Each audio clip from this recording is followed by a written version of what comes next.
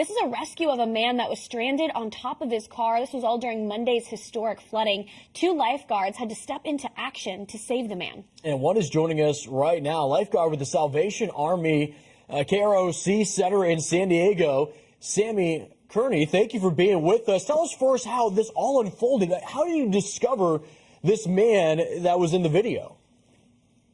Yeah, well, thanks for having me. So first, it had been raining nonstop since 5 in the morning, and as it continued to go around 9 o'clock in front of the main entrance, which is where I can see from the pool deck, water was just flowing down the street and looked kind of like a river going. But cars continued to go through the light, even though there was so much water. And so it started to build up.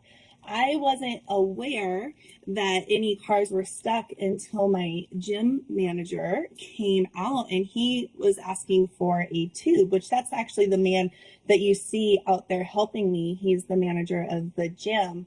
When I found out that he was going to go help a guy who was stuck in a car, I needed to see what was happening. So I ran out there and I followed him.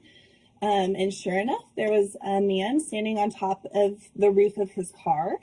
And the conditions were only getting worse. It was continuing to rain. The water was rising.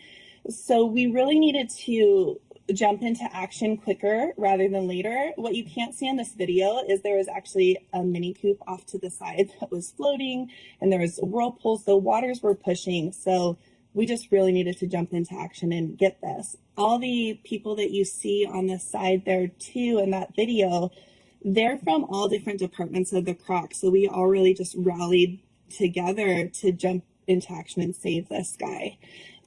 They got the rope for me. I did tell Jay that I do have more water experience and certification, so that is why I am the one that ended up going out there.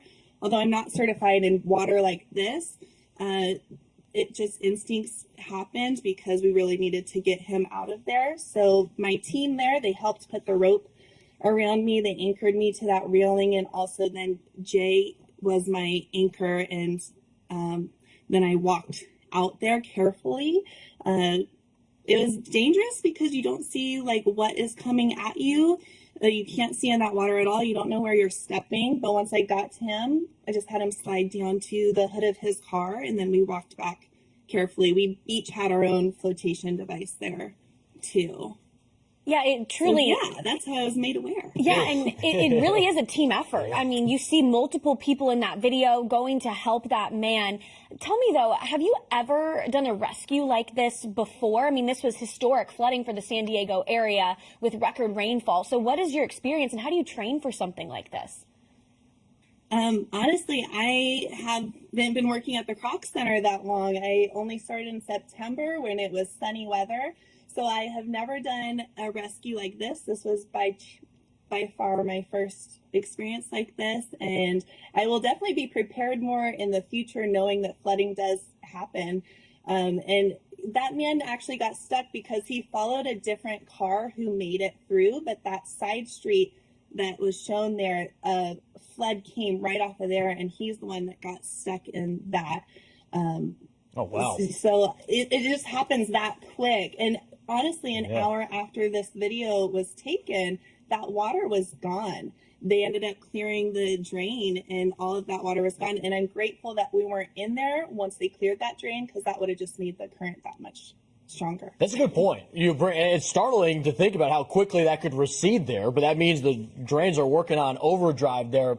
And I think it speaks to how well your team works together, by the way. You could see in that video, no panic, right? That composure and what you need. What were you concerned about? Because when we look at videos like this, you see debris that's in there too. What was that like, trying to navigate through water that you just don't know what's in it, and at any moment you don't know where your footing's going to be at?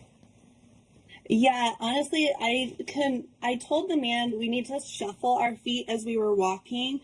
That way we weren't like lifting our foot and then stepping down on anything sharp. We needed to kind of feel our way through that because we had no idea. There were sticks. There were some trash items coming through. A can actually floated by, which was in the first part. So that was definitely nerve-wracking. But at the end, there's a steep hill that we had to climb up, and it was very slippery. So that was dangerous too. I do just want to give another shout out to my team that helped me though.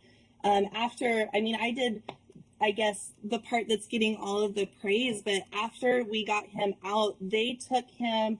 We had a team of people that got him towels and a blanket and got him some food and made him comfortable until he could figure out what he was going to do, since he lost his car in that situation. So I am very blessed and grateful to work at the place that I do. Yeah, such a great team, and glad that everybody was safe at the end of that situation. And I'm sure that man will be thanking you for many years to come. Lifeguard for the Salvation Army, Sami, Cerney, thank you so much for joining us and sharing your story. Thank you so much. I appreciate it.